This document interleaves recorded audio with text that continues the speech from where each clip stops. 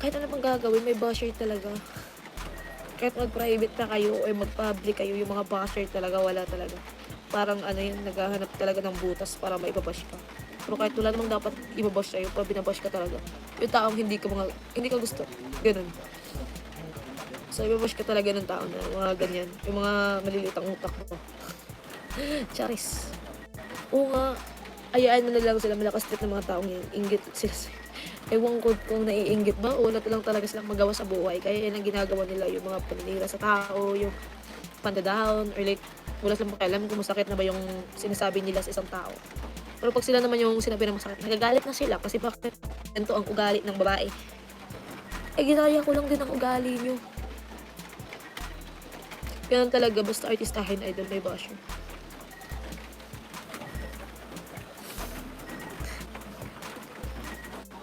Hindi ko naman pinansin yung iba kasi may iba din na parang isipin mo ba, ha? Napapagano na lang, ha? Ah, pero hindi naman, gusto ko lang silang, para ma-realize din nila na mali pala yung ginawa nila or like kaya minsan sumasagot ako sa ibang mga basher, yung trip ko lang din kasi pinagtitripan naman nila ako eh. So dapat di sila magagalit pag ako din magtitrip sa kanila pag ako nagaganti ba. Nagaganti. Wag ba sila hanggang mag-violet sila? Hindi, hanggang mangitim. Eh di sila magba-violet. Mangitim talaga sila. Tsaka may may isa pa ring naiinis ako kasi may nanghahamon daw sa akin. Sinabi lang din kasi hindi naman ako nanonood ng mga vlog. Bakit ba? Ano bang gusto mo? Ano bang gusto mo patunayan ko? Or like, bakit mo gusto mo ako magsalita? Ano mo? Or ano bang gusto mo malaman? Bakit pilitin mo akong magsalita ako? Or anuin kita? Okay ka lang ba, Ed? Or matulog ka na habang buhay? Naiinis ako nun kasi marami nagsasabi sa akin, bakit tinamnil ka na naman? Or like, kasi pag hindi ako tinamnil, walang bis yung niya, yung kakabungangan niya sa social media. Naiinis na ako dun. Wala namang pakialam dun, pero oo nga, kung pwede palang talian, pinapakain ko na sila ng feeds. Kasi mukhang mga baboy.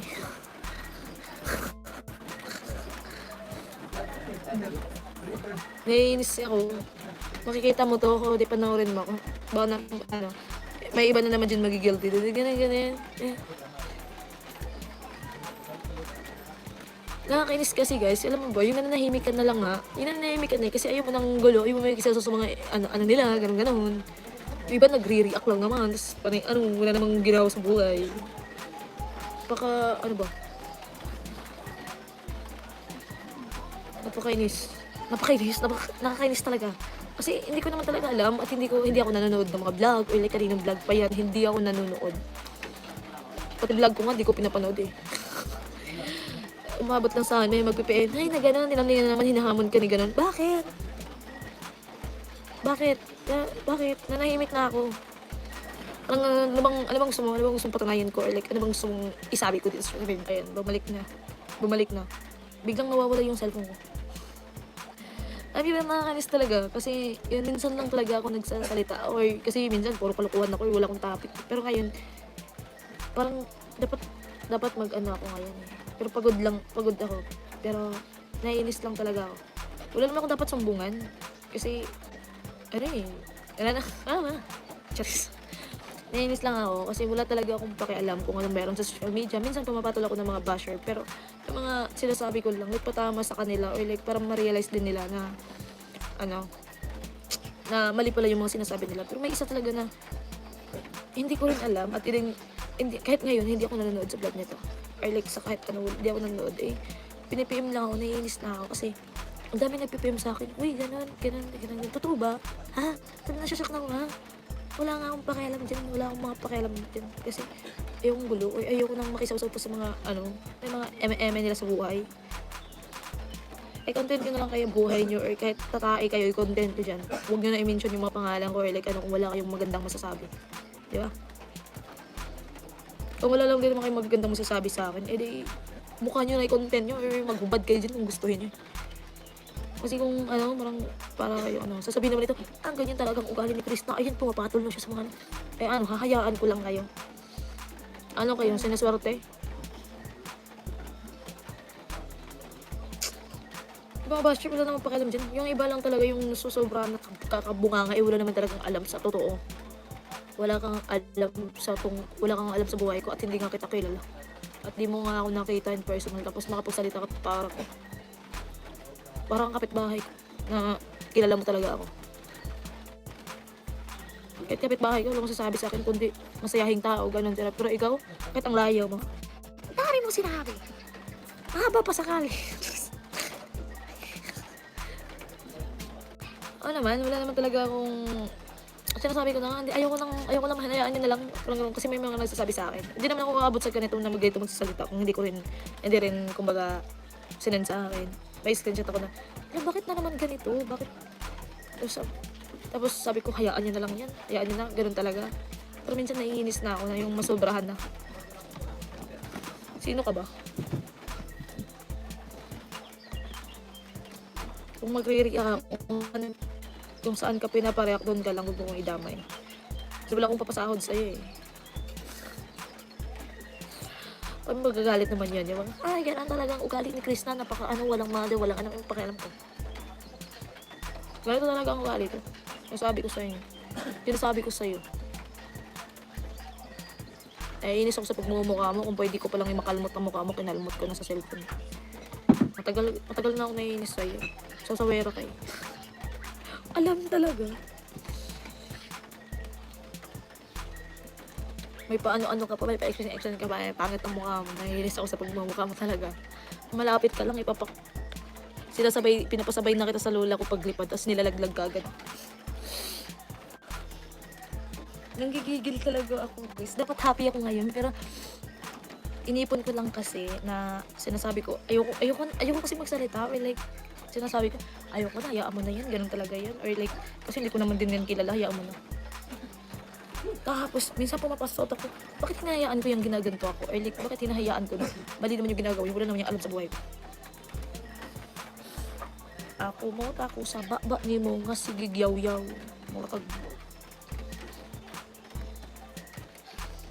Wala mag-change topic, naiinis ako. Bakit? Ay manood, di ba? Gusto ko lang ilabas yung sama ng ugali ko dito. Sama ng loob pala yun. Pag next na magbubunga nga yun. Nako, pinasabi ko sa'yo. Hindi na kita papatulan. Wala naman makukuha sa'yo. Dahil joke lang. Wala lang guys, okay naman ako. Nainis lang talaga ako kasi nga, nainis ako sa mga, Krista, bakit hinahayaan mo na ginaganto ka, ganun. Sabi ko, ayoko kasi sabi ko, yaan nyo na lang, natural lang naman yan na may ganun tayo. Pero, sabi hindi, sabi ko na yan, tapos ang dami na nag-ano sa akin, last day pa. Pero, Krista, bakit ganito, ganun. Nainis na ang babae. Nako, sinasabi ko sa'yo, pag ako talaga, ayoko naman talaga magaganto guys, kasi, sinasayang ko lang ang oras ko. Hindi naman ako tulad sa iba na nagsasayang ng oras para sa mga ganyan. Pero, nainis lang talaga ako. Ang bait ko kaya guys. So, mabait talaga ako pag mabait sa akin. O hindi ako tinatarantado. Kasi pag tinatarantado ako, mas tarantado talaga ako. Lalo na pag pinaplastic ako, like, mukhang mabait sa harap ko. Tapos pag talikod ko, ang dami niyang sinasabi. Ano ka?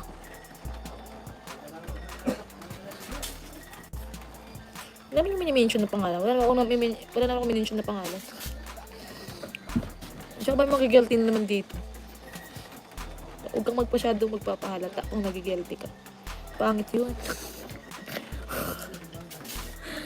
Yung mga nagigilty at yung hindi ko pinatama, tapos sila yung nagre-react. Aba, masakit yun. Magkakasakit ka. Ay, mga ganyang edad, yung magdadasal, maging mabait na.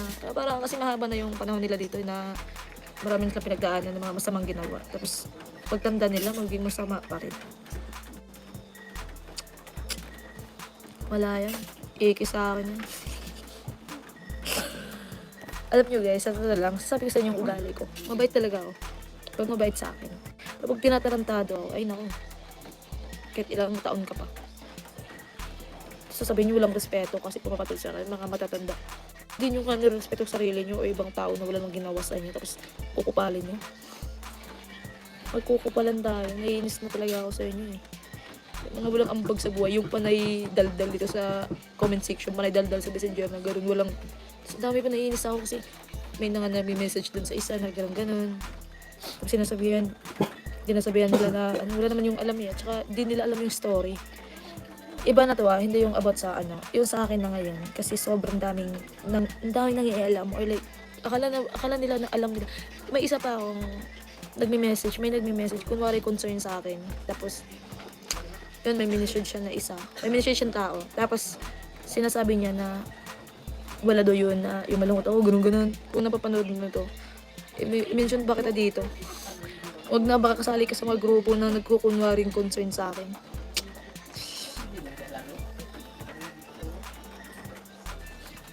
Sobrang stress ako sa mga ginagawa ko. Tapos, stress pa ako sa mga kantong mga, parang mga matatanda minsan yung iba, nag-i-matured na. So, pabata ng mga utak na tayo. Nainis lang talaga ako guys. Alam nyo, yung nangingialam na sa, ano ba, yung sa, pwede, kasi marami akong mga, pero pinapakialaman na. Tapos, ang pangit pa ng mga sinasabi. Diyos ko. Tapos hindi naman nila kilala, hindi naman nila ako totally kilala, hindi naman kami nagkasama. Tapos nakapagsabi sa akin, parang kilala ako or hinubaran ko yung mukha niya na, ay parang naguhubad ako sa harap niya, parang grabe na yung mga sinasabi sa akin, ganun. Mga followers yun sa ano eh. Ewan ko, bakit ba? Ano bang problema niyo sa akin? Kung hindi niyo ako gusto, pwede niyo naman i-unsubscribe or like i-block niyo ako or mag-scroll kayo, dawin na makita niyo ako sa screen niyo, di ba? Hindi mag-iiwan pa kayo ng mga pangit na salita, i-message niyo pa talaga ako. Syempre, tao lang din ako, hindi ako robot para hindi ma-hurt. Mahi-hurt din ang babae kahit ano, loko-loko to babae na to, mahi-hurt din. Kaya isipin niyo ba bago kayo magsalita kung masasaktan ba yung masasaktan ba siya kung sasabi ko to. Kasi sa totoo lang, dapat kayo yung mag-advise sa like, kasi matatanda na kayo dapat kayo yung mag-advise, hindi yung kayo yung maninira o kayo yung magsasabi ng pangit para madadown or mawalan ng gana yung tao. Alam niyo ba yun? Naisip niyo ba yun? Or ewan ko sa inyo. Sobrang hurt ako, and then may tao din na hurt dahil sa mga sinasabi ng mga followers ko na iba, na basher ko pala. Minsan hindi ko naman maganda yung sinasabi ka sa akin, tapos nagpi-PM sila sa ibang tao na gano'n, tapos nakikita ko, pinababasa sa Chris na bakit yan ito, Chris na or ano, bakit ganito sila magsalita, followers mo pa naman to or supporter mo, diba? Sabi ko, wala, bakit yan, gano'n. Wala naman niyang alam, sabi ko. May isa talaga na nainis din ako, followers ko din to na, anong tawag, concern siya sa akin, sa page ko siya naging, tapos may pinipm siyang tao, grabe yung sinasabi niya. Grabe yung sinasabi niya sa isang tao. Nakikita mo man to. Ewan ko guys, dagdag stress talaga yung mga pangit. Akala ko hindi ko na kasi sabi ko, minsan kasi hindi naman tayo pag wala tayong gagawin, nagbabasa tayo ng messenger or like sa page ko nagbabasa ako. Sabi ko hindi ko babasahin, pero hindi talaga maiwasan yung mga ganun. Nagbasa ka. Sabi ko, shit, bakit ganito? Ganun. Bakit ng ugali ng mga tao guys, no? Hindi na lang makisabay, first kung hindi na lang sumuporta. Oo, hindi naman, wala naman tayo magagawa.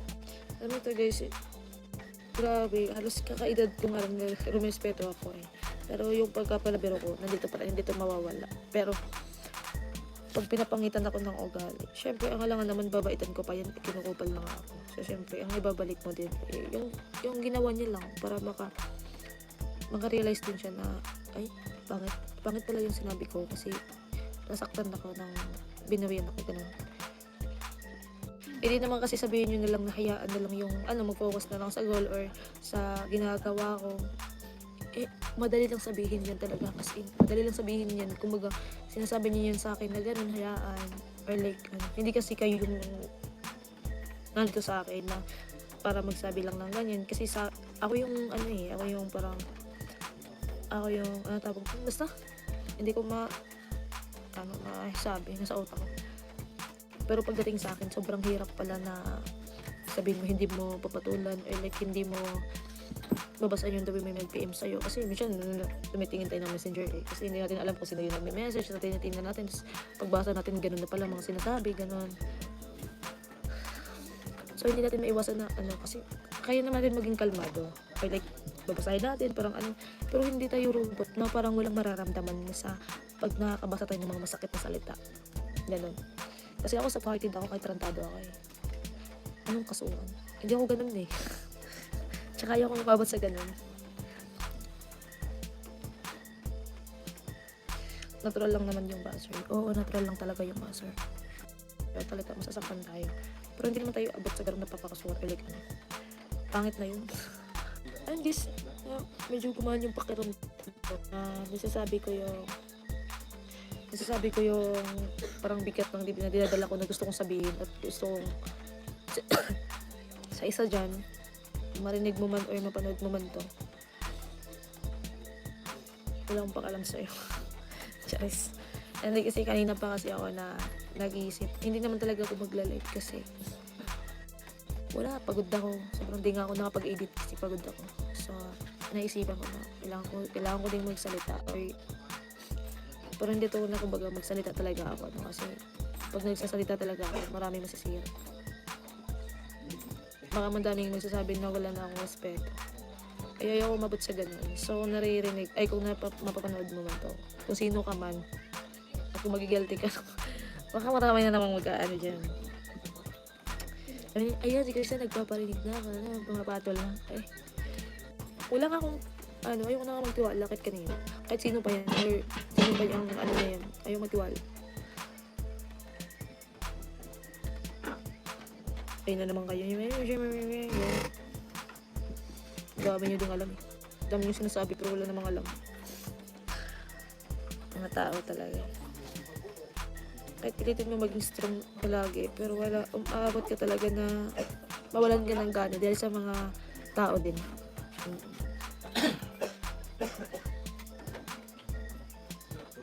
Wala ba? May na ba? Ito talaga naman talaga akong mapagsabihan na kumbaga pag ganito yung nararamdaman ko mabigat. Wala na talaga akong kumbaga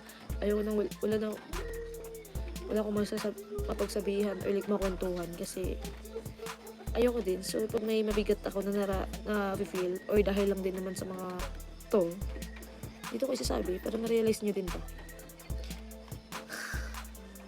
Basta masaya ka, masaya na din kami. Ang hirap maging masaya sa mundong to. Totoo lang. Hirap maging masaya guys. Pero ang galing magpatawa ng tao. Pero ang hirap maging masaya. Yan ang buhay ko. Ang hilig ko magpatawa or ang hilig ko pag may nagsikwento sa akin, nakikinig ako, nag-advise ako pero di ko magawa sa sarili ko. Wala naman, yung minsan stress ko yung sa mga tao lang na nangingialam na sa buhay ko. Yun lang naman. Pagod lang ako kaya siguro sobrang pagod lang kasi ako guys. Sobrang pagod ko. Paghapon na akong alis, bilad sa init. Ganun. Maraming nagmamahal sa'yo. Thank you sa inyo lahat. Sa lahat na nagmamahal or nakasupport sa akin. Yung buong puso talaga. Thank you so much. Pero kugis ba ito sa manong ugali ng iba? Yung mga pagsabi na parang walang kasalanan sa mundo ba? Kaya nag-live ako kasi mabigat yung paramdam or like mabigat yung dahil sa mga ganong mga sinasabi like papabigat-bigat pa. Siguro maingay yung isa dyan kasi maulan. Joke lang. Hindi guys, mukha naman yung palakak. Joke.